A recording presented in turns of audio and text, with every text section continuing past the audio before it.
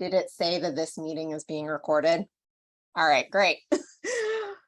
Welcome everybody to UNC Adult Neurology Residency Open House. I'm Winnie Lau, I'm the program director, and Dr. Dena Williams is here as well. I'll pop over to the next screen to do the intros. And then I think Sergey is one of our current interns. I saw him pop on, and I don't have a view of all our participants, so I don't know if anyone else popped on, but I saw he was on for today. And so let's get started. Forward. Go. All right. So I'm Winnie Lau. I'm the program director of UNC Neurology, Adult Neurology Residency Program. I am a trained neurointensivist. That's my background. Just a little bit about me. I grew up, born and raised in California Bay Area. I did my medical school in the Midwest in St. Louis, and then went back to California to be near my family during residency at Stanford University. Subsequently, I ended up traveling all the way over here to North Carolina in order to do my neurocritical care fellowship. And then I chose to stay on here as faculty because I really loved the people that I was working with, and I thought it was a really great culture. And sometimes you don't know how you could possibly leave that. And so that's kind of why I stayed here. So that's some background about me. I adore North Carolina. If I were going to tell you what is my favorite thing about North Carolina, which sometimes sounds a little bit silly, but I'll tell you that it's the sky. And the reason for that, if any of you have been to California and know California, it's beautiful. Of course, there's wonderful coastline, there's wonderful weather. It's almost always 70 to 90 degrees. But the sky is just kind of like blue and sometimes a little bit gray and sometimes like just a little bit foggy, especially in the Bay Area. But here there's just, the sky is a multitude of colors. It's beautiful clouds, thunderstorms, like it's just fascinating to look at every day. And for me, someone who gets up really early in the morning as an intensivist, it's nice to reflect on that and take a moment and breathe it in, and it's beautiful. And it sounds really cheesy, but that's honestly one of my most favorite things about living here, is it's absolutely gorgeous. I will kick it over to Dr. Williams to say hello. Hey everybody, can you hear me? Good. My name's Dr. Williams. I am a vascular neurologist by trade and function as a neurohospitalist as well. I am originally from New Jersey. I did medical school in Philly, did training in New Jersey. I also came here for my fellowship though. And then I actually had gone back to New Jersey for my first year as an attending, and realized people there were not as nice as they are in North Carolina. So I too came back here. Sorry, that is my dog. That's Vito. Vito is very loud. Let me step outside.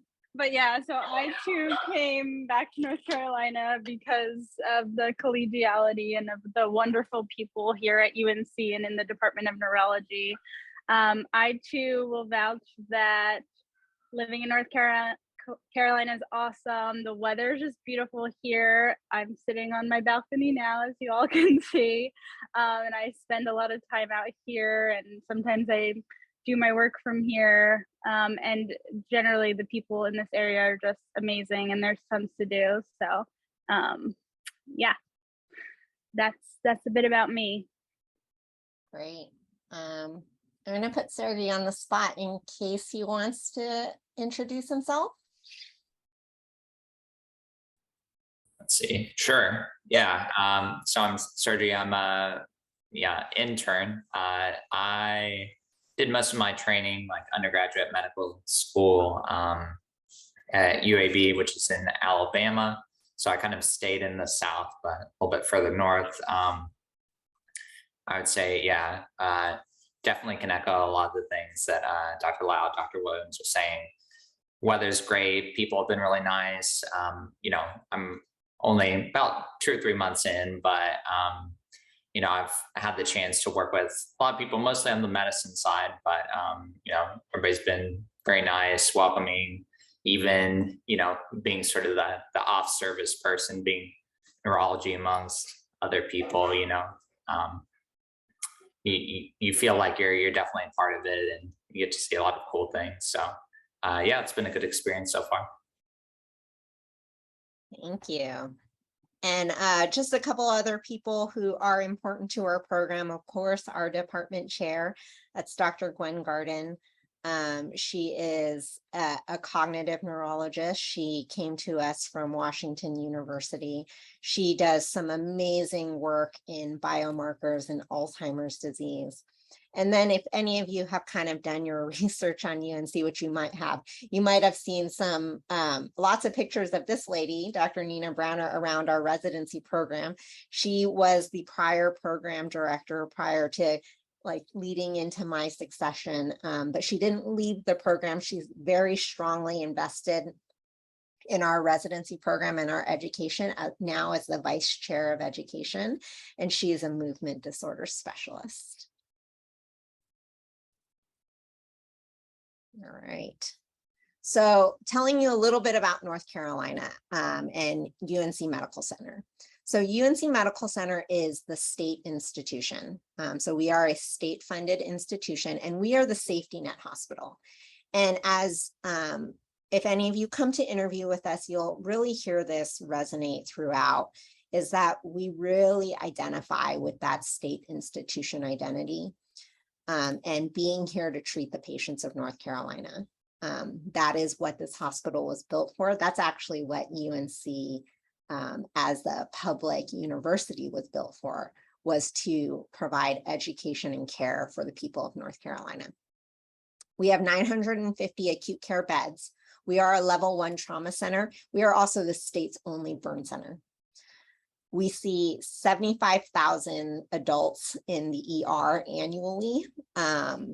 We see something like 45 to 50,000 pediatric patients in the ER annually. There's about 40,000 admissions. And across the entire institution, we have about 800, maybe even plus, residents and fellows, just when you're considering the ACGME, and then there's stuff outside of the ACGME. So lots of robust training opportunity here, lots of additional learners with you. In our Department of Neurology, we are in a huge phase of growth. I'm happy to say that, over the last couple of years since Dr. Garden has become our chair, we've really grown our faculty pretty extensively, that now we're at 40 plus faculty. And these are our subspecialties that are represented, and that if you as a trainee were to come here, you would also get exposure to all of these things, including epilepsy, movement disorders, neuromuscular diseases, stroke, of course. I left out my own specialty of neurocritical care. That's hilarious, actually. Neurocritical that is care, really funny. neurointervention, pediatrics, cognitive, neurogenetics. That's brand new. We just added a neurogeneticist to our department. Neuroimmunology. I left out neuroinfectious disease. Man, I gotta really tune this up. And neuro-oncology. So we're a comprehensive stroke center. We're a epilepsy 4 center, which means we can do surgical epilepsy here. And we have a very robust electrodiagnostic group. I don't know why that popped up late.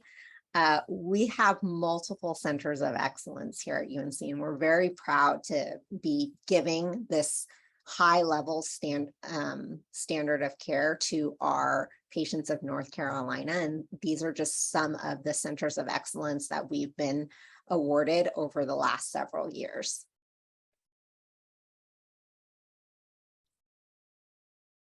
How about our actual service line? If you were a resident here, what would you be well immersed in?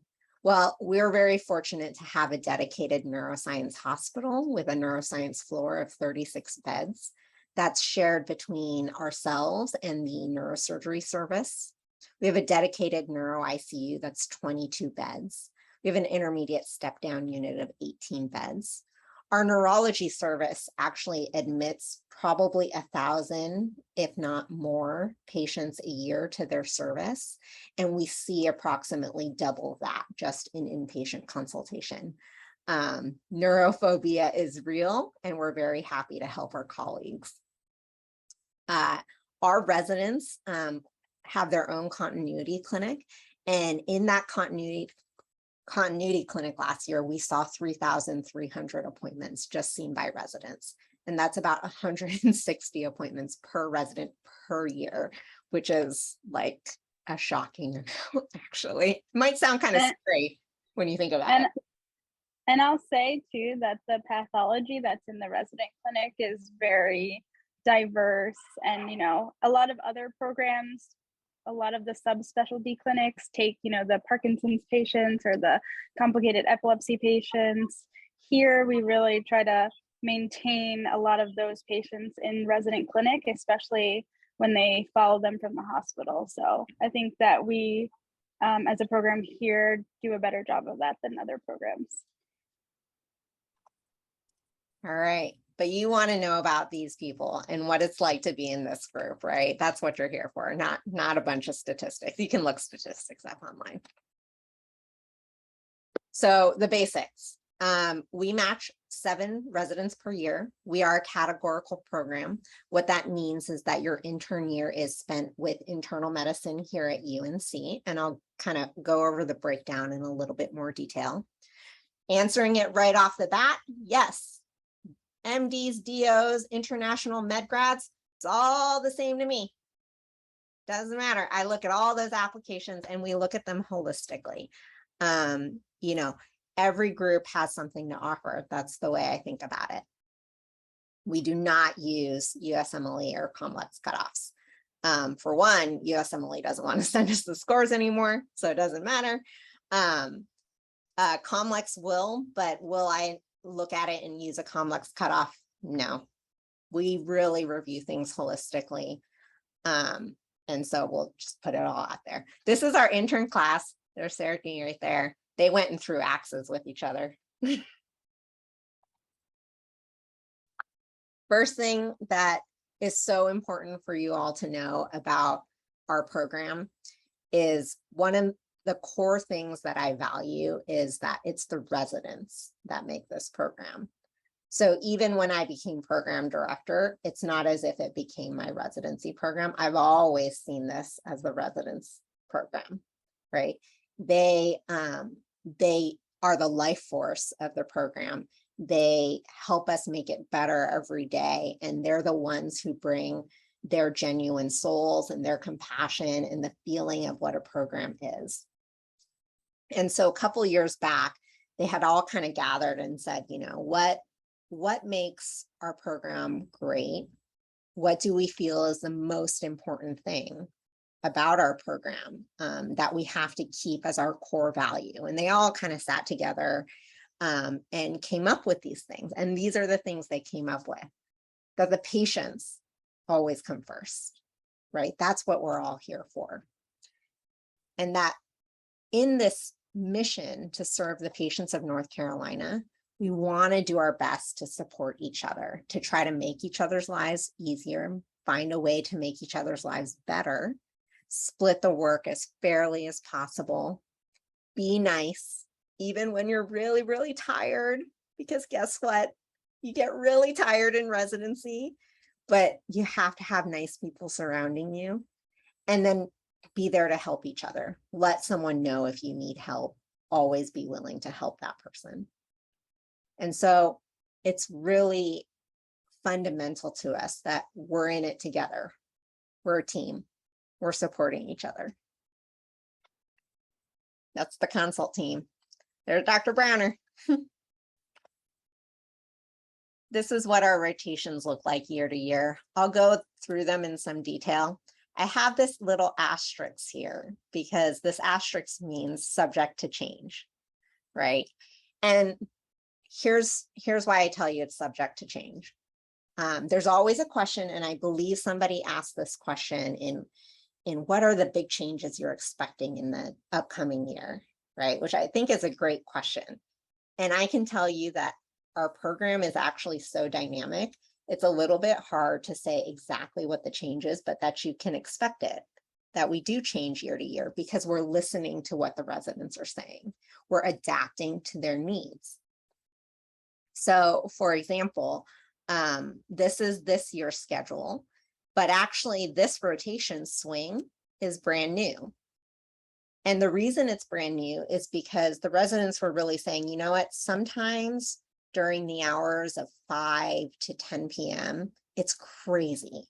It's so hard. It's hard to transition the care of patients to do so safely while going to see all the stroke codes, because people realize they're getting off work and I'm going to present to the ED because my arm's been weak for 3 hours and that's when I'm coming, but I wanted to finish my job. And they were so busy. And so what we did is we created the swing shift, which is a bridge shift. Someone who comes in at 4 o'clock, stays until about midnight. It usually leads into the transition. The next week they'll be on night float. They're a beautiful cushion for all the teams to make sure the day teams get out on time, to make sure the night team has a little bit of support before they leave. They sit there and tuck things in and see consults. And you know what? We did it this year. This is our first year doing it. And right off the bat, on the second week, everybody was coming to me and said, this rotation is great. We love it. We have to keep doing this. And I gave them the option, to be honest. I said, why don't we pilot this for about 6 months and see where we're at? And they all knew in 2 weeks that they loved it. And that's the kind of program that Dr. Williams and I want to have, is the type of program that listens, adapts, and never keeps doing something that's not working. Because if it's not working, then we're wasting our time doing it. So your PGY 1 year, you're mostly in internal medicine. I don't have a lot of effect on that. You come spend 2 months with me, but this is the general breakup of it. It's mostly internal medicine and a little bit of ER. Your PGY 2 year, right now we have modeled as an X plus Y. Do people know what X plus Y is? No, a little bit, no, head shaking. Okay, so X plus Y is essentially describing a cyclical rotation where your inpatient time is firmly separated from your outpatient time. So when you're inpatient, you're fully inpatient. You don't go to clinic, and you work your weekends with your 4 days off. And then when you're outpatient, you're purely outpatient. You're not going to have to come in and do calls on your inpatient time. You don't have a lot of crossover between those two. And that we try to break up all the inpatient time, limiting you at a cap of number of weeks. So our X plus Y is 3 weeks inpatient. And we try to break it with 1 to 2 weeks of outpatient. So you're never doing this really lengthy stretch of inpatient. What this allows our PGY2s to do is really immerse themselves in the inpatient care, think about those things, read about those things, and then later immerse themselves in their outpatient care. Think about their clinic patients, think about the subspecialties, and not have to kind of flip your mindset in between. It's really popular for the PGY2 class because they felt like they were really able to hone in and learn. And then also they didn't have to feel like they were abandoning and leaving their patients to go to clinic. So it's popular. I've asked them a couple times, should it stay? Should it go? So far they want it to stay, and we're in our 2nd year of doing that. Our PGY3 class is mostly outpatient and then nighttime. So this is our autonomous class. They're the ones who are getting ready to really grow into being seniors. And so they're spending a lot of time in the outpatient, actually learning the subspecialties and that higher level of management, because they've already figured the bread and butter inpatient. Because they know their bread and butter inpatient so well, they're the ones that we stick in there at night and say, hey, put out all the fires at night because we trust you to do it. And then our PGY4s are our seniors. They spend approximately 16 weeks or so on the inpatient side, guiding and teaching the PGY2s. They do still spend some time doing night float. And then they have a lot of clinical elective in order to just round out their neurologic care before they get ready to go off to fellowships. So you can see we kind of have it spread out. We have our didactics, right? Everybody has their didactics. We do have protected didactic time, and this is how it's structured out. We have a noon conference that's Monday, Wednesday, and Friday. We divide these out in blocks. So right now we're in our acute care block, which is primarily stroke and neuro ICU as we tackle these topics. We have a alternate block, which is where we put special things that the program feels are good to know.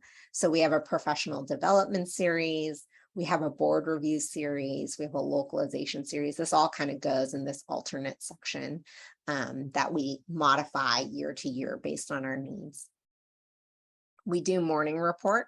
Oh, I have to switch this again, Dr. Williams. You moved morning report to Monday. We did.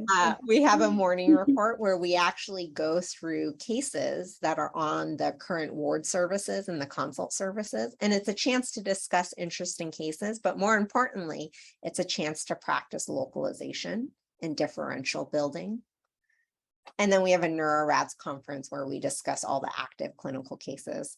There are so many other conferences outside of this. This is the standard for the residents, but we also have all of our fellowship conferences, including a neurovascular conference, a neurocritical care didactic conference, a neuro-oncology tumor board, an epilepsy conference, a neuromuscular conference. So there's so many opportunities for residents to learn, even from our subspecialty fellowship programs. There's lots of opportunity to do research and lots of resource to do research here for our residents. We do have a very robust clinical trials unit. Residents are often involved in identifying patients for clinical trials. You do have the option to be a part of the clinical trial if you want. I think it would be a little bit challenging time-wise, but it's an experience nonetheless if you'd want to do it. We have a lot of database access through the University of North Carolina. We have a program called NC Tracks, which helps us with biostatisticians, and they teach us how to actually go through these data warehouses. So if you wanted to do a multi-center data analysis just purely from data collected from the EMR that's already de-identified, you could do that here. We have a data warehouse that combines our data, Duke and Vanderbilt. And so it's already a multi-center study right there. We have the benefit of being at a campus that has multiple other schools, including the Gillings School of Public Health, consistently ranked #1 or #2 school of public health across the nation. And so that's always a benefit in terms of collaboration and having other people with lots of research experience. These are just some of the STAR publications in the last year. So I just pulled this from the last year, and I could go even further back, but you can see that our residents have a lot of opportunity to be first authors. We see a lot of interesting cases here at UNC. Including inflammatory cases, a lot of stroke cases with mitochondrial and metabolic disorders.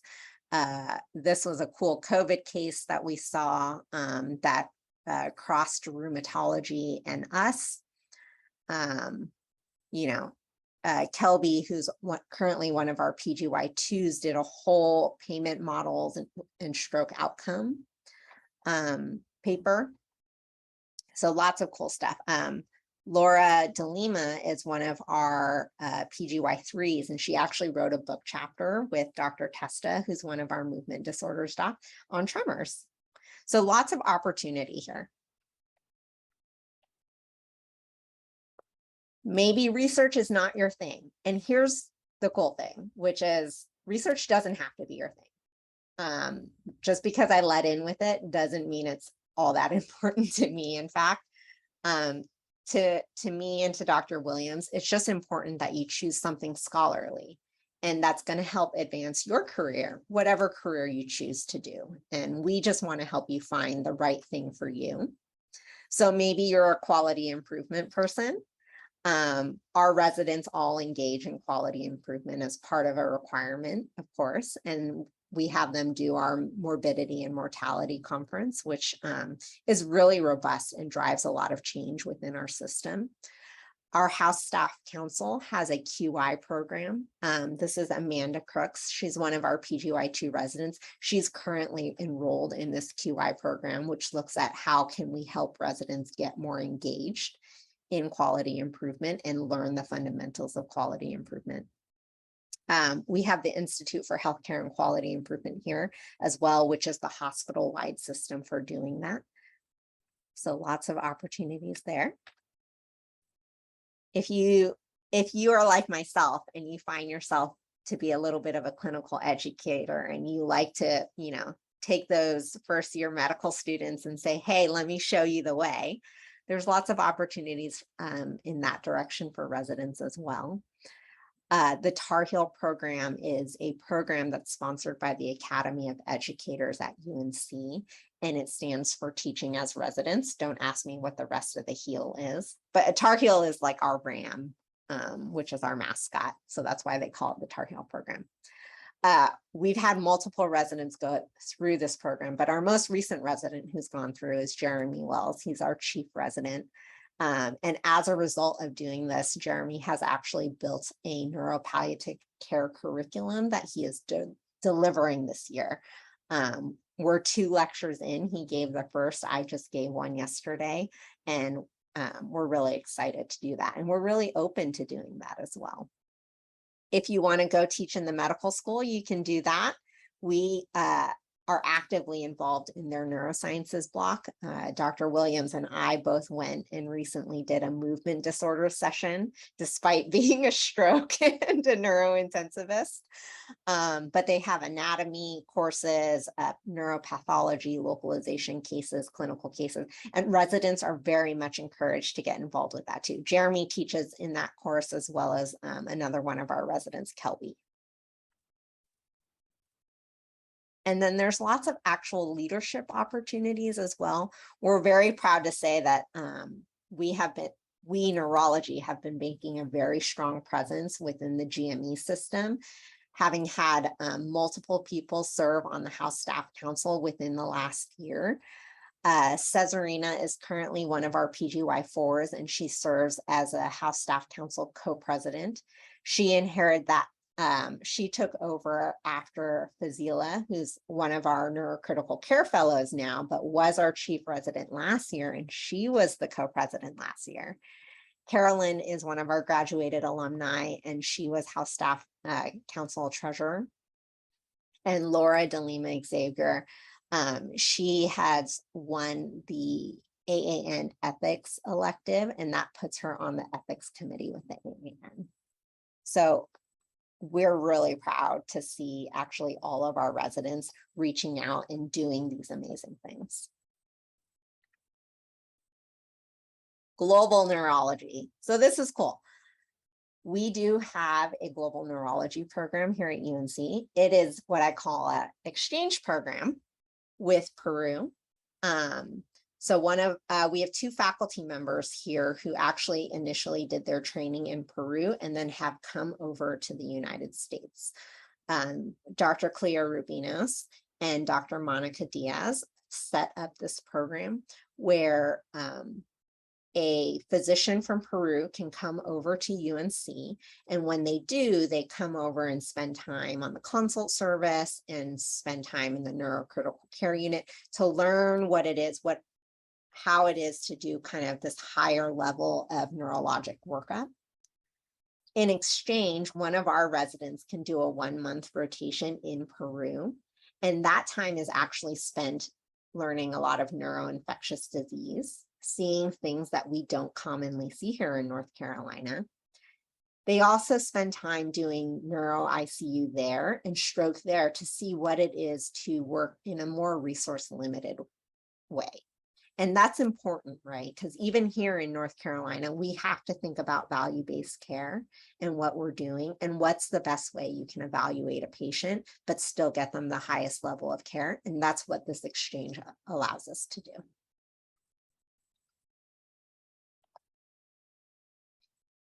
And then if you just purely really want to be a neuro nerd, we're cool with that as well. We're very proud to say that our trivia team called PGY has consistently ranked in the top 5 of the AAN trainee trivia. So if you ever see their name, if you guys ever attend, which you should, it's fun. I sometimes spy in on them. I watched them at the last AAN and they got second at the AAN conference actually, which was really cool. But they're so good at their trivia. They're better than me at it for sure. Wellness, right? This is, everybody wants to know, what do we do for wellness? And, you know, I could tell you about yoga or snacks or, you know, call rooms and places to sleep and things like that. But ultimately, when I think about wellness and what is the most meaningful about wellness, it's whether your program and your colleagues recognize when you need help and are there to help you actually. And so that's why I'm all those other things are there, social interactions and you know, if you really want to do yoga, I'll do yoga with you. But what's really important is how do we help you when you do need help, right? And is it not only a safe place, but is it normal to ask for help? And the answer is yes, it's totally normal. And that's what we strive to do, is actually normalize it. So our psychiatry department developed this program called Taking Care of Your Own. What is fantastic about this is it's actually saying, hey, nobody is in it alone. We as a university are in it together. And so even your neurology program, you guys don't have to just be there for just each other. We're here for you too. And what's great about this is you can just email and say, you know what, I just want to talk to someone. You can always email me, absolutely. You can always text me, you can always call me, you can always stop by my office. That's how it works. We have an open everything policy here. But sometimes even I say, hey, let's do more. And what they do is they set you up with someone to talk to. You can just, and if you need time off the program, then you need time off the program. If you need time to make sure you can get to appointments, then you get time to get to appointments. These people know what it is to be in residency. They understand the stressors of sometimes being in residency. And the goal is to really say, hey, it's normal sometimes to want extra support, right? It's not a stigma. I'll say it's so much not a stigma that as an ICU doctor deep in COVID, I used the program. It's normal. And that's what I think goes a long way when you're talking about wellness.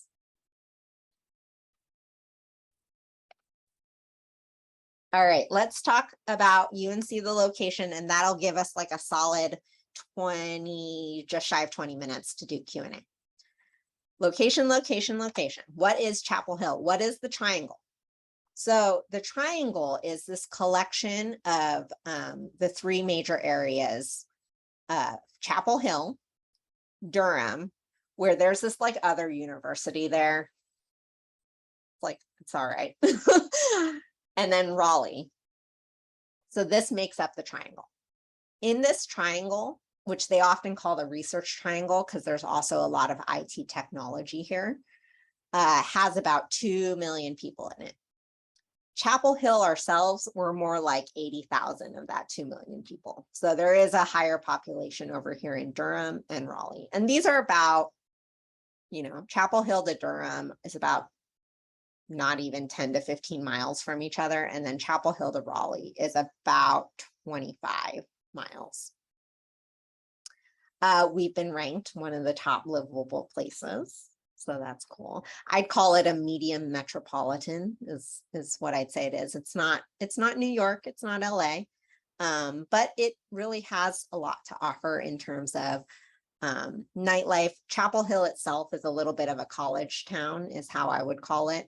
And then there's it's kind of like young professionals in Durham and Raleigh. So that's how that all connects. We love our sports, especially basketball. It's hard to get tickets though, but sometimes there are generous faculty members who have season tickets and don't want to go to that game. And then those go to the residents. So that's cool. This is how most of the games go, where we're winning. This is Raleigh, and this is kind of Franklin Street on Chapel Hill, which is where our major kind of undergraduate bar restaurant scene is. What I personally say about this Chapel Hill Triangle area is that it's 3 hours from everything. It's 3 hours to the beach, right? This is the Outer Banks. So if you've ever been to North Carolina, South Carolina beaches, beautiful temperate water, and it's just 3 hours away. Easy weekend. It's 3 hours from the mountains. This is Asheville. Lots of great hiking there. That's where the Blue Ridge Mountains are. Beautiful in the fall. Lots of breweries there. If anyone likes microbreweries, there's a ton of breweries in Asheville. And then right here, locally in our area, this is Franklin Street again. Beautiful botanical gardens, theater, right? We've got Broadway shows that come down to the DPAC. We have major concerts at the PNC Arena and what's the other arena in Raleigh, Dena? Yeah.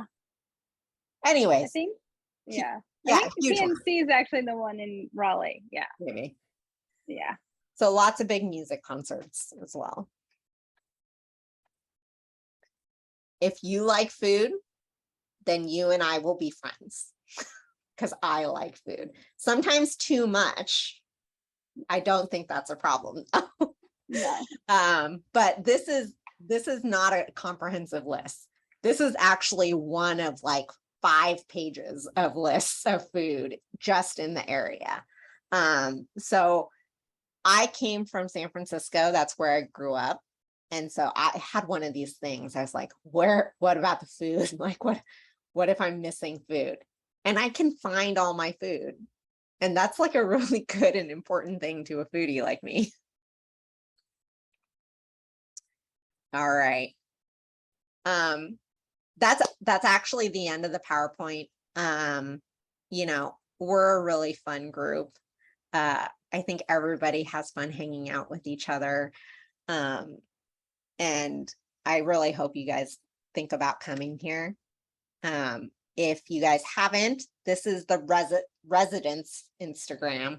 I don't even approve any of their posts. They just do it themselves, and I cross my fingers and hope everything goes okay. But there's actually a lot of cool stuff on there. You kind of get to know the residents. I think they're doing intern features right now, where they tell you a little bit about the interns, which is amazing. So please feel free to visit that. All right, let me stop sharing, pull up faces again, and we'll go through some Q&A. So feel free to type the questions that you have. I do have some questions that people had asked that I'll kind of pour through and answer. I'm gonna start with what makes a good candidate a good fit for your program. So from our perspective, I think it's really important that you know that we do have a very high clinical program. And so a good fit in terms of a resident for us is someone who values their autonomy and really feels like they accelerate when they're pushed hard, because we're a busy service and we do push, and we push you to be better, and we push you to become really independent, not when you leave, but while you're here. And that's super important to us. Actually, a couple of times we've tried to say like, hey, should we have the attending there for more support? And the residents will actually say, no, we like doing this. This helps us prepare for that and doing the next thing. And we value that. So people who are coming here should really be ready for that. And then I think I've probably already made it abundantly clear that it's so important for us that you're here as a team member, right? And that you're here to help each other and that you're ready to be there to support each other. Dr. Williams? Yeah, I agree. Definitely have a culture here of being collegial with one another, to our staff, your nursing staff, all of your ancillary staff, your EEG techs, everybody is so important in getting the care that the patients need. And we really all work as a team. And we also really all enjoy working with one another. And so definitely want people that fit into that and that thrive in that type of environment. All right. I have a couple questions about international med grads. And basically, would we consider them and what kind of things do you have to accomplish for us to consider you? I would say, okay, so in terms of step 3, no, we do not require that you have taken step 3 in order for me to look at your application. That's it. And then in terms of clinical experience, it is highly preferable to have recent clinical experience as an international med grad for us. The main reason for that is because of how robust our clinical program is, and that the fact that we do push early and we want you to excel very quickly. And so having clinical experience is very important to us. And then let's see. Oh, this one was a fun one. To faculty and residents, in one word, use one word to describe your program. My one word is receptive. We're receptive. Dr. Will, Joe, should I explain it more? I feel like I'm not supposed to explain it because it was a one-word question. That's right. It's one word. I would use the word family. Family, that's a good one. So ever since whoever posted this question, it's a good question. That's a great And I was walking around all day, like seeing residents and pinning them and telling them, say one word. Yeah. I see faculty member, I say one word. So another faculty member used the word family as well. Sergey, are you there? What's your word?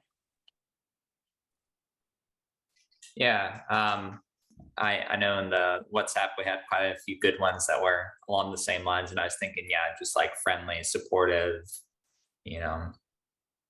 everyone gets along, so all good words. Okay. Yeah, and so he's telling you about our WhatsApp. So we have a big group text on WhatsApp with the whole residency program. So I fired that off to the whole residency program. And this is what I got, and I'll tell you the number of votes for the words. Cerebral, collaborative, dynamic, which got an extra vote, friendly, which got an extra vote, stimulating, transforming, buff, which got 2 votes. Wow. And supportive, which got 2 votes. Well, I guess 3 because Sergey just said 2. Those are some good ones. And then there's a question here about what's the program's experience with residents raising young children? What are there any paternal and maternal leave policies in place? Well, we're very happy to say actually that every year we welcome a new member of the neurology family. So last year we actually welcomed 2 new members to our family. And this year, we don't currently have someone. No, we do. Actually, we are going to expect 1 more this year. So the UNC GME does have a leave policy for residents. And so that's called paid parental leave. That's right, paid parental leave. and it is separate from your family medical leave. So even if you take paid parental leave, there is an option to take FLMA, Family Medical Leave Act, later on as well. You do have to be in a consecutive 12 months of employment at UNC before you become eligible for that, but you absolutely are. Our program, the way that we are built, there is enough space in the program that if you do take paid parental leave, that you do not have to extend your residency program. I say it again, you can take paid parental leave and you do not have to extend your residency program. There is space. You still all meet all the graduating requirements. You still have enough clinical experience to graduate, pass the board, and go out there and be an excellent neurologist. Let's see, did I miss anything else on this? IMG, oh, this is a great question. How will your program decide to use the supplemental ERAS? So for those of you who don't know, but I'm sure you all know by now, there's a supplemental ERAS program where you can signal up to 3 programs to tell them that you either have additional experience that's not reflected on your ERAS application, to say, I have a special reason for wanting to be there, like your location or a family or something like that.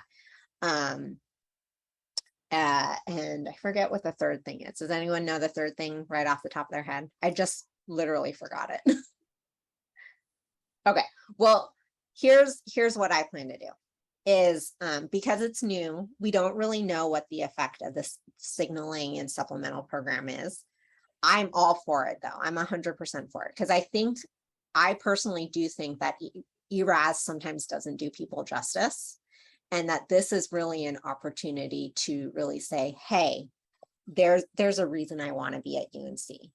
And I'm going to look at that, right? That's going to give me another opportunity to say, let me learn more about this person. Let me read more about their application. Let me hone in.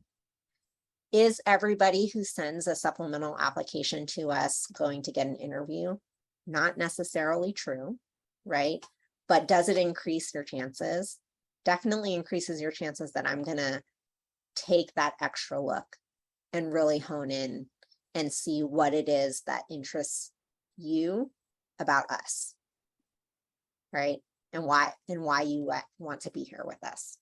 So it's going to be a growing experience for sure. So that's how I'm looking at it this year, and that might change. All right, that takes us to our Zoom questions. You're welcome for taking the time to host. How will we be handling the step 1 score since it will be pass-fail? It will be pass-fail. I think we have never really been a program that's been about step 1 scores, to be honest. So it doesn't make a huge difference to us. We are much more focused on your personal statement, what's being written in your letters about you, kind of the things that you've chosen to invest your time in. That's what we're looking at. Is there a cutoff year of graduation? I don't know if I fully understand the question. I think, hopefully I'm pronouncing your name right. If you wouldn't mind unmuting maybe and explaining more if you're still here. There's 2 pages, so I don't know.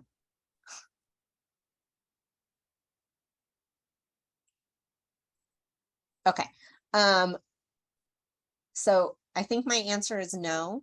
I mean, all of our residents graduate after their PGY 4-year. So I guess I'll just say that. Maybe there's a clarification.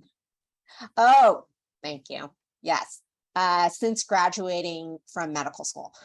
So your USMLE needs to be up to date, right? So it cannot be expired. They expire after 7 years time.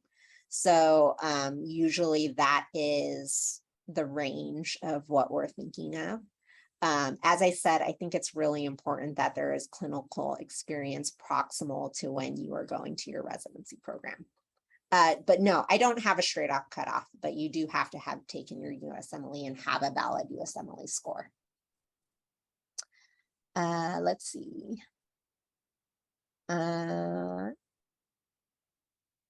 Is there a geographic preference due to having family locally? So, I will say that that's probably what I think one of the benefits of the signaling program is, right? And of the supplemental program is that if you do have family in the region, that's not something that gets reflected in ERAS at all, right? And you're trying to decide what are all the things I'm going to write about in my personal statement. And my personal statement is meant to be launched across, several programs. How do I just hone in and talk about this one thing? Because I want you to really get to know me. So I think that's what the benefit of the supplemental application is helping me hone into that for sure.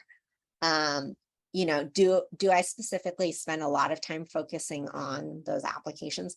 I regard those applications similar to all the applications. And then do we couples match? Yes, we do. We do absolutely couples match. We have several residents who are part of couples that matched here. Let's see. Oh, yes. Thank you to whoever put the third thing, which is special circumstances. Will failed step attempts be a filter or part of the holistic review? Part of the holistic review. I don't really use a lot of filters, to be honest, guys. It probably makes my job less efficient. But here's the thing. I think sometimes challenges are an asset. They make you gritty, and seeing how you overcome a challenge is really important because medicine can be a challenge sometimes. And I totally get that. Totally get that. Yes, I think I answered that question. Great. Unless anyone has any other questions, I'll let Dr. Williams jump in. I've been talking a lot and I'm going to take a sip of water now. There you go. See if she wants to add anything else. Yeah, I mean, I think I would just emphasize that when we're reviewing applications, we really are taking a holistic approach, and we look at all of the elements that make up who you are. We're not going to say you have to have this score cutoff or you have to be in this percentile of your class. We're really looking at you as a whole person, and so we look at everything, and I definitely agree, everybody faces challenges, and there's so many challenges that you're gonna face being an intern and a resident.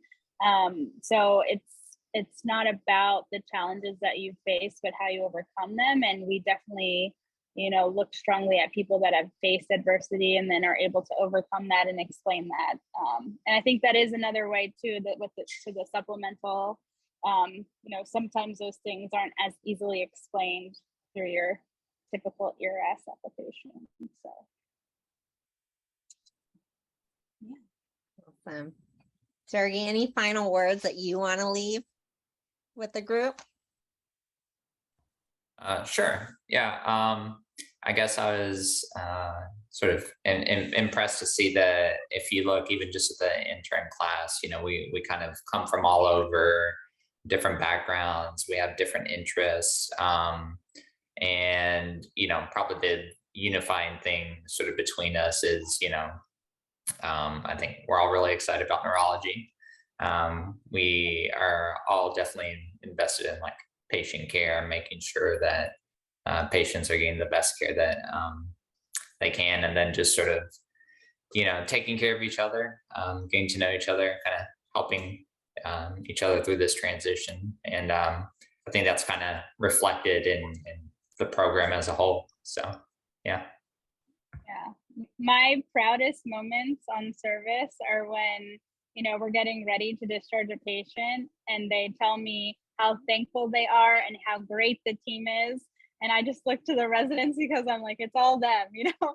I do nothing. I'm just here for backup, you know. And so often, so many of our patients just express such gratitude, and they, you know, are so impressed with the level of care that our residents offer. So that's awesome. All right. Well, that takes us to 6:59. You guys will, if you guys come in over here, you will learn that I am a highly punctual person who respects people's time. Very much. Thank you for spending time with us and coming to hear about our program. I want to wish all of you really the best of luck in your interview season and matching. And I really hope that you find the place that fits for you and is culturally right for you, because that's really all that matters. The best way to become a good doctor is to be at the right place at the right time. Yes. But kudos to picking neurology. Oh yeah, and that too. All right, guys. Thank you so much.